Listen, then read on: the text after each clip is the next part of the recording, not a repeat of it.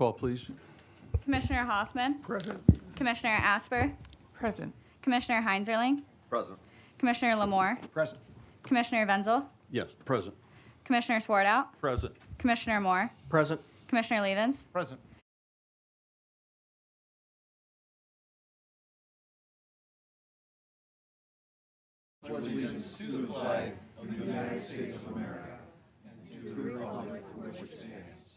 one nation, under God, indivisible, with liberty and justice for all.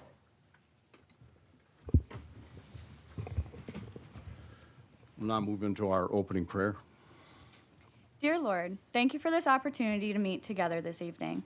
Please help us to come together to make this meeting reflect your kingdom. Breathe life into our ideas and decisions and help us to build a team that has love and respect at its heart. Lord, give us the inspiration to be the best that we can be, and may we be a shining example of your goodness and your truth within the county. In Jesus' name we pray. Amen. Amen. Now, if I could get a motion to approve the agenda. A motion to approve the agenda as published.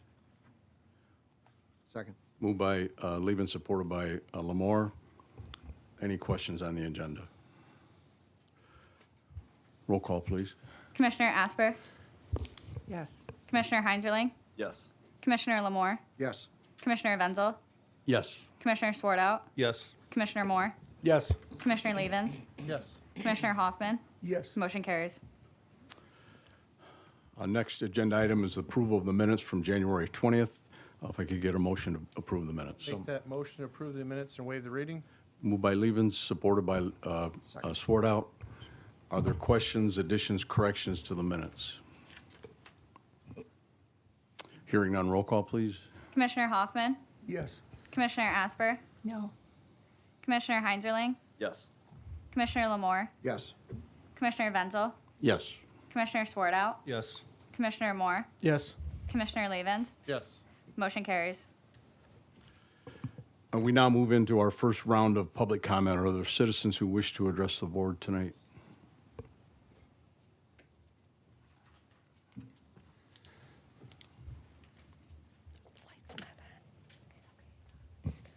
Gail Kane, District 8. Sorry, folks, that I missed the last meeting, but there was conflict of interest here as far as other meetings to be attended to. But I do want to address those issues that were brought up at your last meeting. I've done some digging, and I've gone over and looked at the code or the oath of office that you guys take. And they're not really specific. They're very general. And so in that process, it's almost too broad and without any specifics to be able to point fingers at that in any way. There's violations of the rules of conduct. There doesn't seem to be a penalty for violations of those rules of conduct, such as coordinating with other board members outside of these meetings, other than if you have a quorum, of course, that's wrong. But in the overall look of this, the oath of office calls that you're supposed to be doing things to the best of your ability and that you will faithfully discharge those duties. And I find that if you don't attend the meetings, that's a breach of your oath of office, especially if you do it intentionally. Now, you all did yourselves a favor and you put yourselves in for 4 years versus the 2. What the public needs to understand is given that, we do have a way to control behavior, and it's called a recall. So if you don't feel your commissioner is doing you the service that he or she should be doing, then that's what needs to happen. And so it's not necessarily up to the commissioners to be taking into consideration and fixing the problems for people that can't behave themselves. It's up to the voters of that district. So I would suggest that if District 4 has an issue with their people not being able to attend here, and they have a conflict with having to, they need to rally and get themselves pulled together and get the petition done and have a recall and put into that chair who they want to have. Going onward from that, the bike paths that we've spent so much money on, who's shoveling them? So you're saying that we're going to spend all this money for a bike path that we can use 3 months because we live in Michigan. If you can't shovel it, don't build it. As far as ice, I have lived in this county all my life. I have had run-ins, not personally, but aware of run-ins with the city, with the county, with the state, positive and negative. We need ice. They all have their distinct jobs. And the sheriff would not look so good if he was spending all his time taking care of illegal. And that's the word that has to be looked at. It's illegal. And if those people that don't like ICE and want to defend illegal immigrants, then get your pocketbooks out and do what the good Lord would have us do, and that's help them. Pay for some legal coverage, pay to get them help so that they can get themselves into this country legally, because that's who we are. I'm a third generation. I had a great-grandfather that come over on the boat, so I'm only third-generation farmer in this county. As far as the change that was made to the mental health board, that's a good thing. You should not all be locked into these committees. There should be a period of time that automatically the committee members change. That's the only way we get a good input from all of our districts into the well-being for the entire county. And I think that's it, folks. Sorry, I got another meeting to go to. I'd love to stay. Bye. Are there any other citizens who wish to address the board? My name is Stephen Meyer from Monroe County District 6. I'm following up on a question I've asked twice before, which is, what can the public expect to see from the independent investigation? I haven't heard any guarantee that there will be a report that the public can see, and also when. Like, when can we expect to see that? Because there's in the December meeting, it was mentioned that it would be wrapped up in January. And then we're in February now, so I still don't know like what I can be assured that I will see as a product of that independent investigation. And I was a little bothered at the last meeting when members were questioning the integrity of the independent investigator, like where are these extra expenses coming from? Yet some of those members that were raising those questions were the same members that were absent from the meeting that the independent investigator drove out here to present to the members. And so they were not able to, and so that incurs another expense. There was another expense when the independent investigator came out, and then those members refused to go into closed session with that independent investigator. And then now they're questioning, like, where are these extra expenses coming from? It's like, from you, you know?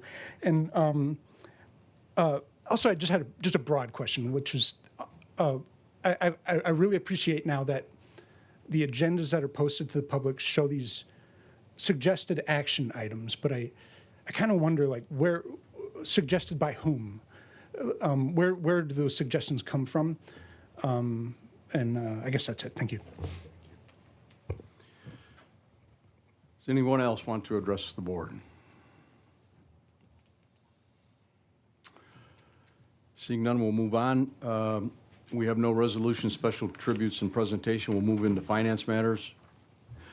Payment of the February 4, 2026 accounts payable current claims report in the amount of $1,693,243.17. Can I get a motion before Sue presents? Mr. Chairman, I'll make a motion that we approve the accounts payable that you referenced, but that the invoice number 120250 for Lemoore Printing be removed from that claims period and submitted at a later time. Support. Moved by Levin, supported by Moore. Are there questions or concerns on the motion? Comments? Sue? Thank you. On page number 1, vendor number 30009, CDW Government, Inc., scheduled computer replacements for sheriff vehicles. Page number 2, vendor number 100013, JL Mechanical Services. It's a service call at the youth center and also replacement of obsolete courthouse control system. On page number 3, vendor number 140390, Knoll Lawn Service. It's snow and salting services at various county facilities. Vendor number 190001, Semcog. It's a half of the annual membership dues. And on page number 5, vendor number 750507, Leonard Graham and Goldsmith. It's contractual legal services provided to the county and to the property tax foreclosure fund, and that's the end of my list. Any questions for Sue? Yeah. So again, I'm questioning this Terry Crews excavation on page 4. What was that? Is that a contract he had in one of the buildings? What vendor number, please? It would have been 409, 200, 409. Those are generally drain project costs, but I don't have that in front of me. I can pull it and I email you to make sure that that's what it is. Same with that Corrigan construction down lower.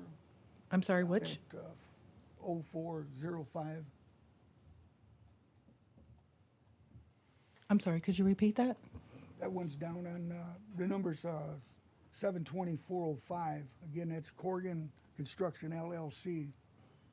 And they hit for 210,000. No, I don't think that's drain project cost, but that's not. Oh, that's the health department? Good, I knew it, I thought it was one of the larger projects, the health department upgrades. Thank you. Thank you, Jamie. Thanks, Jamie. Commissioner Asper? Do you have the breakout of the 3 invoices for 750041?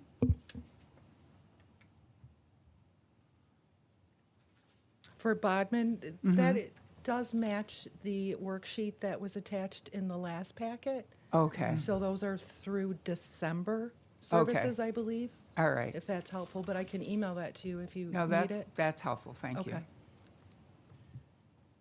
Any other questions?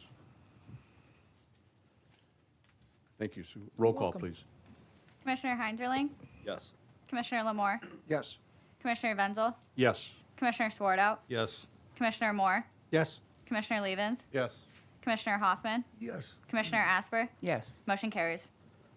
Next item is a letter dated January 21, 2026, from Ms. Susan Meyer, Director of Fiscal Services, submitting the audit engagement letter dated January 15, 2026, from independent public audit firm Raymond for professional services to be performed on the county audit for the fiscal year ended December 31, 2025. Could I get a motion?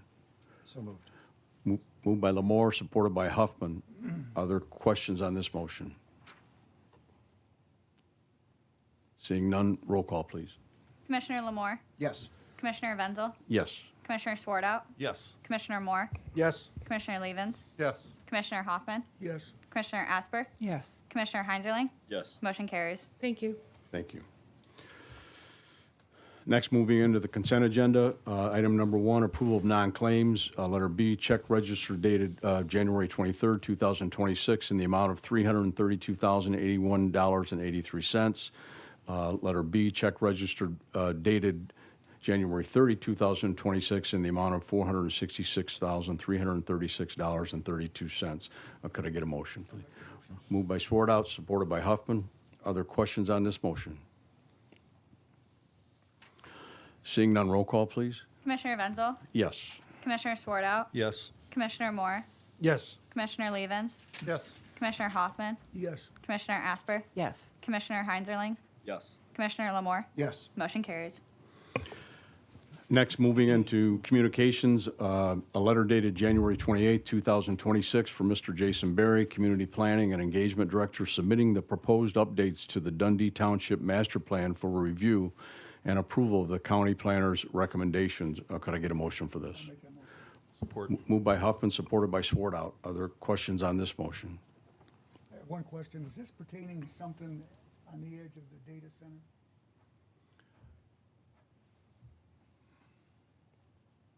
I know they pulled up some properties and what they were. Could you repeat it, Dave? I was just wondering, does that have anything to do with the data center? This is This- just the this- general master plan. There's no This- mention there of the wasn't- data. There's no mention of the data center in the master plan at all. Okay. So I know they were changing some stuff around and to not accommodate them, and I just was curious if that was part of the lead into it. There's nothing in the plan about it. All righty. Thank you. Thank you. Thank you. Any other questions? Hearing none, roll call, please. Commissioner Swartout, Yes. Commissioner Moore, Yes. Commissioner Levens, Yes. Commissioner Hoffman, Yes. Commissioner Asper, Yes. Commissioner Heinderling, Yes. Commissioner Lamore, Yes. Commissioner Wenzel. Yes. Motion carries. We have no public hearing, so we'll move into old business. One item, the Michigan Indigent Defense Commission update. Commissioner Levens, do you have an update? I have no formal updates this evening. As we're aware from the closed session we had last week, the investigation continues and hopefully will produce reports in the coming months.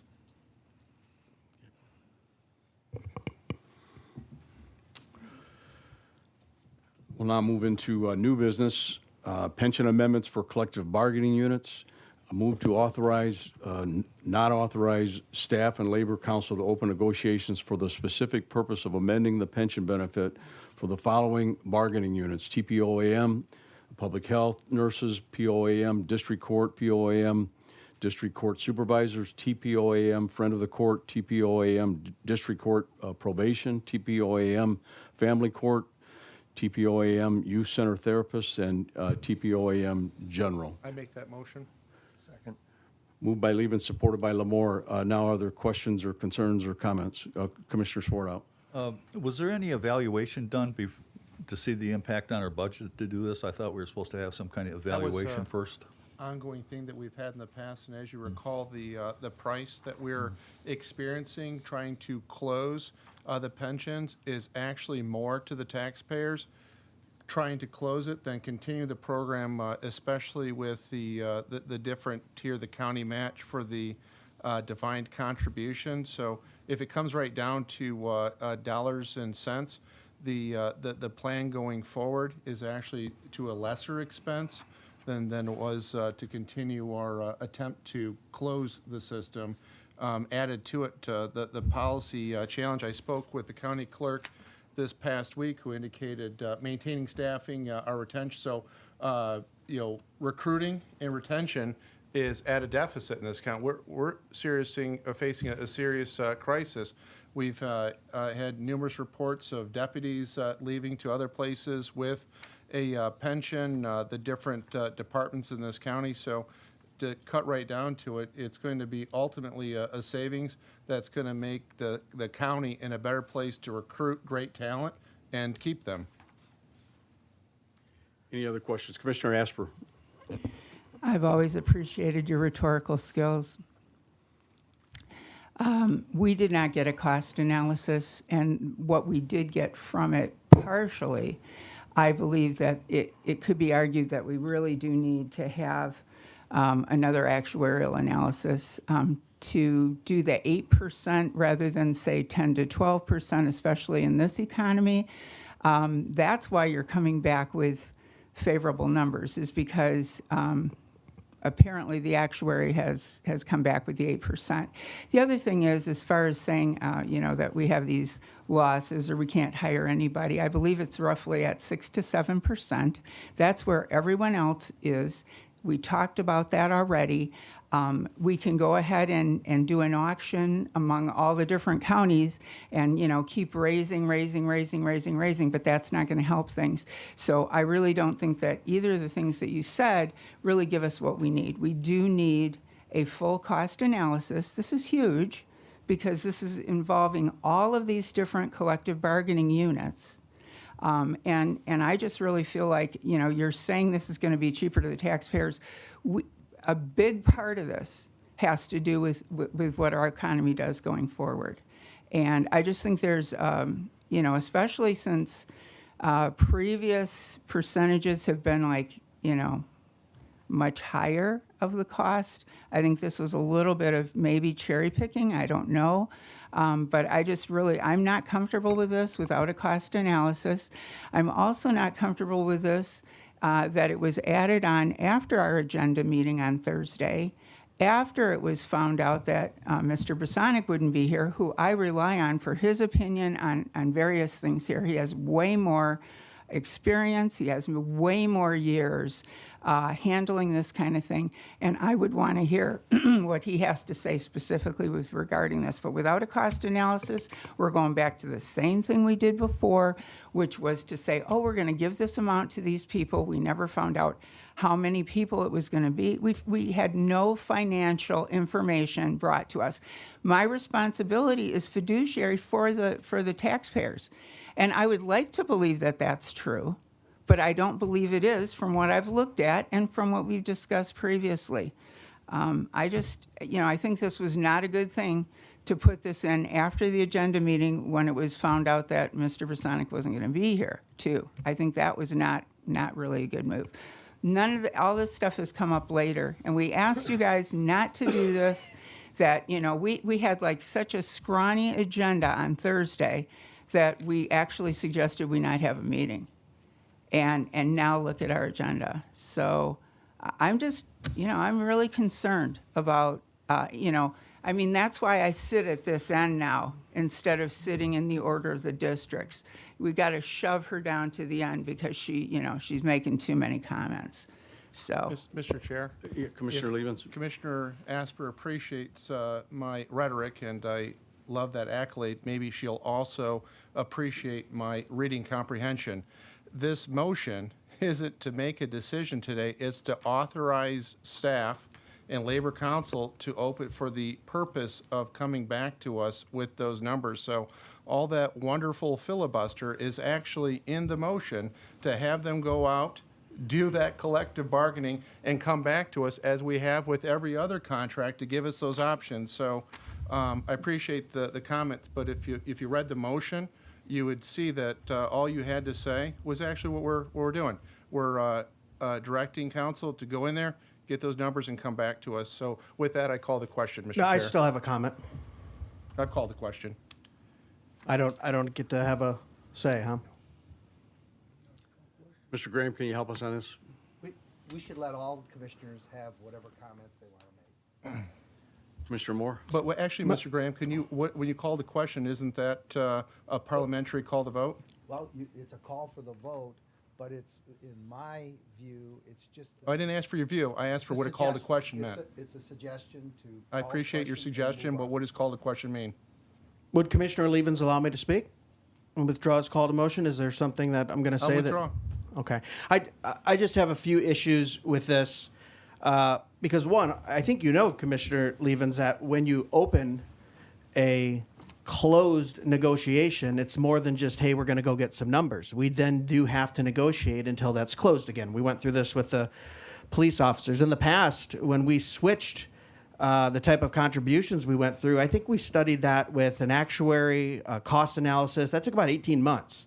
And it allowed the commissioners to have all the pertinent information we needed to say, is this something we would do? And at that time, we unanimously voted to move in that direction. So I feel a little nervous by going into a closed bargaining, opening it back up, and it can't be closed again until we reach some type of agreement. I would like to see some type of cost analysis done, a little bit of research. As for the vacancy, we're well within the 5 to 6% of every single county in Michigan. That's our size, even smaller or bigger. We don't have any hemorrhaging vacancies. So in my mind, just looking at it with common sense, I'm going, people aren't leaving. We're not hemorrhaging employees anywhere. We're well within the margin, both statewide and nationally. We haven't done a cost analysis on it. And now we want to open a negotiation that cannot be closed until we come to some type of new agreement, going into it with absolutely no monies, no understanding of the monies that it'll cost or not cost, the side effect that it might have. I would feel more comfortable voting to do this once we've done our cost analysis, just like we have in the past. So for that reason, I'd be voting no on this. Thank you. If I could just comment, Commissioner Asper did mention a cost analysis where they cherry-picked the numbers. Daniel Weingarten, who did this actuarial study, used our actual numbers on the defined contribution part of the plan. So if it was 9%, that's what she plugged in. And what her analysis came back to say was actually you're a little bit better off with the defined benefit plan than you are with the defined contribution plan. So that's the information that we were given.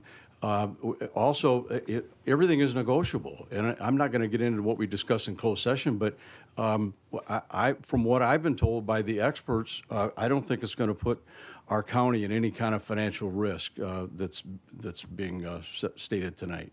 I appreciate both of your opinions. I'm just not comfortable representing the taxpayers' money on, trust me, it'll be better for us, says Henry Levens and says Chairman Wenzel. That's all I'm saying. And you know what I mean? And let me just explain why it ended up on the agenda too, because after the agenda meeting, I asked Jeff McBee who's next in line, because the spirit of the motion that was made several months ago was that we were going to try to introduce pensions coming back to the county across departments all the way, but we would focus on law enforcement first because that's where the biggest bleed was. That's where we were 20 officers down on the sheriff's office. And so when I asked Jeff who was next, he goes, well, the corrections officers are next, but you're going to have to do a supplemental motion to move into the other departments. And so I was unaware that that wasn't included on our regular motion, even though the discussion all along has been, we're gonna allow an opportunity for every department in the county that we're responsible for, not the road commission, not the drain commission, but every department that we're responsible for, an opportunity to take a look at a defined benefit pension. And so that's why it was added to the agenda, Commissioner Asper. And so you didn't know about that last Thursday? I did not. Jeff McBee is who I talked to after the agenda meeting. I said, who's up He next? was at the I don't agenda need meeting. to repeat it. What's that? He was at the agenda meeting, Yeah. but it wasn't mentioned at the agenda meeting. No, this was a conversation I had with him after the agenda meeting. I was curious to see who was up next as far as being given an opportunity to negotiate bringing a pension back. I would just say that 8% that was mentioned previously was considered to be soft. It was not considered to be anything that we really felt solid about at that time. So I don't know. I still think we should have a cost analysis. We had one. Roll call, please. Okay. Commissioner Levens, Yes? Commissioner Hoffman, Yes. Commissioner Asper, No. Commissioner Heinzerling, Yes. Commissioner Lamore, Yes. Commissioner Wenzel, Yes. Commissioner Swartout, No. Commissioner Moore. No. Motion carries. Item number 2 under new business is pension amendments for the non-union group. Could I get a motion for this? So moved. I'll second that. Moved by Levin, supported by Huffman. And now questions, comments on this motion? Commissioner Swartout? I really had the same comments I had the last time, with no analysis being done. How many people are we talking about? What's the cost going to be? I think that's our fiscal responsibility to know that before we make a decision. Any other comments? Roll call, please. Commissioner Hoffman, Yes. Commissioner Asper, No. Commissioner Heinzerling, Yes. Commissioner Lamore, Yes. Commissioner Wenzel, Yes. Commissioner Swartout, No. Commissioner Moore, No. Commissioner Levens. Yes. Motion carries. We now move into our final public comment segment. Are there members in the audience that wish to address the board? Seeing none, we have no announcements. I'll now move into members' time. Commissioner Asper. I was just going to mention some of the things that happened at the podium. Sometimes at some of the other meetings, we explained this. We did not vote ourselves a 4-year term. The legislators did. Because typically commissioners will go on to run for a legislative office. And so by making us 4 years, it made it a little easier for them because they're not having to fight us every 2 years. So just so you know, we did not vote ourselves a 4-year term. And then, let me see. Oh, as far as the recommendations that are on our agenda, they're not recommendations to vote a certain way. The way it reads is, for instance, suggested action, board discretion. Suggested action, move to accept the communication, place it on file, and approve/not approve. So each one of them is, you know, either approve or not approve. It's really more of a term of whether you have to approve something or not, or whether it just goes on file or whatever, but they don't tell us how to vote. So I just wanted to clarify that as well, because sometimes people don't understand that. And also as far as, you know, taking me off of mental health, that's fine.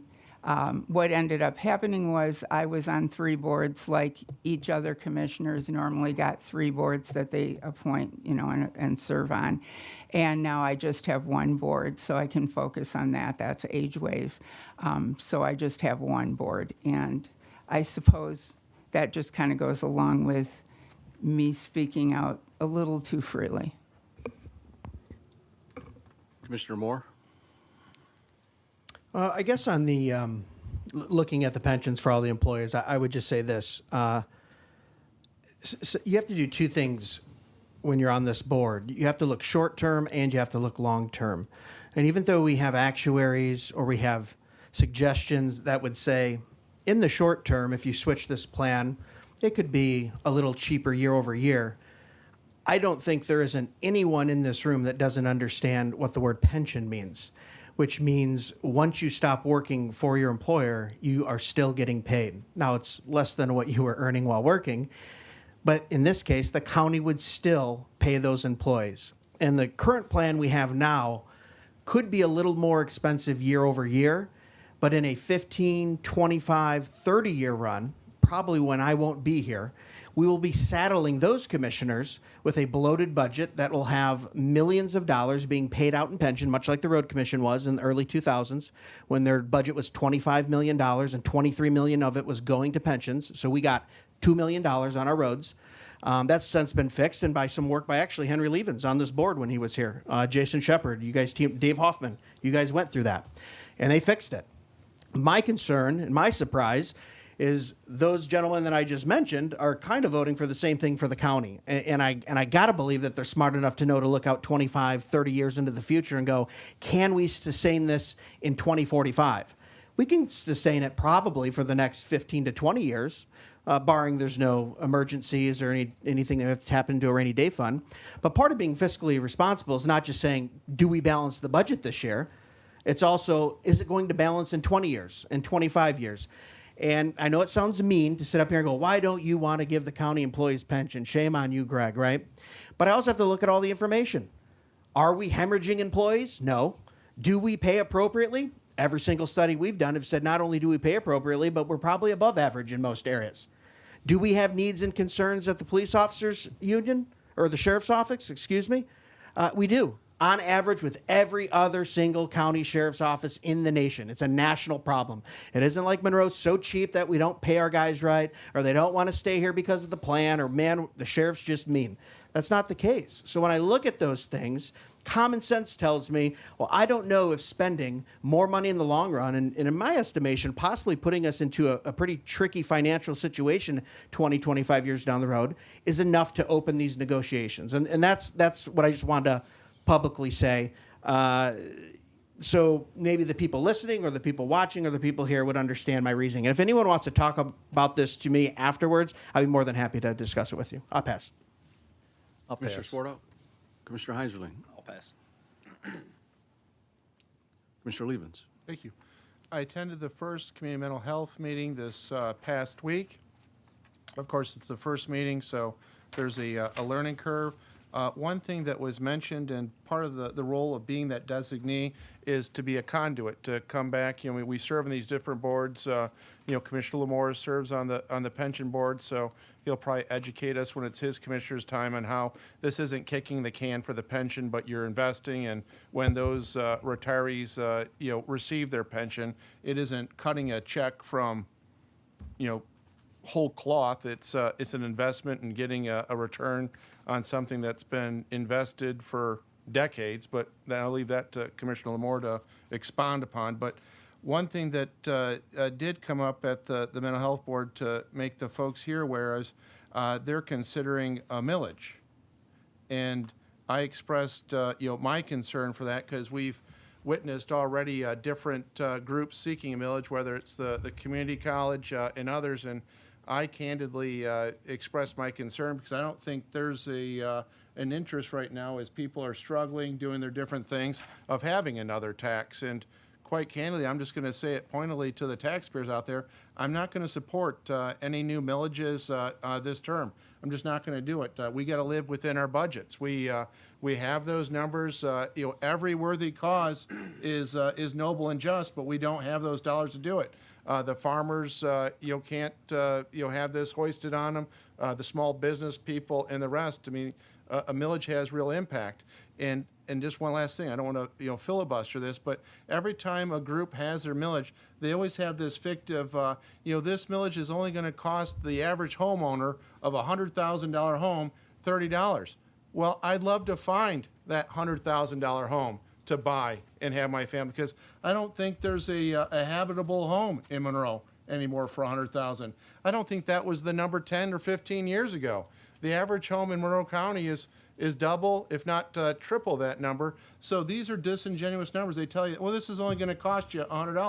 Well, it's going to be 3 times that for a long time. And it's a death of 1,000 cuts. There's going to be this one and that one and the next. So at this point, to borrow Commissioner Moore, someone can talk to me after the meeting and tell me why another tax is a good thing, but you're going to have a difficult sell with this commissioner. Thank you.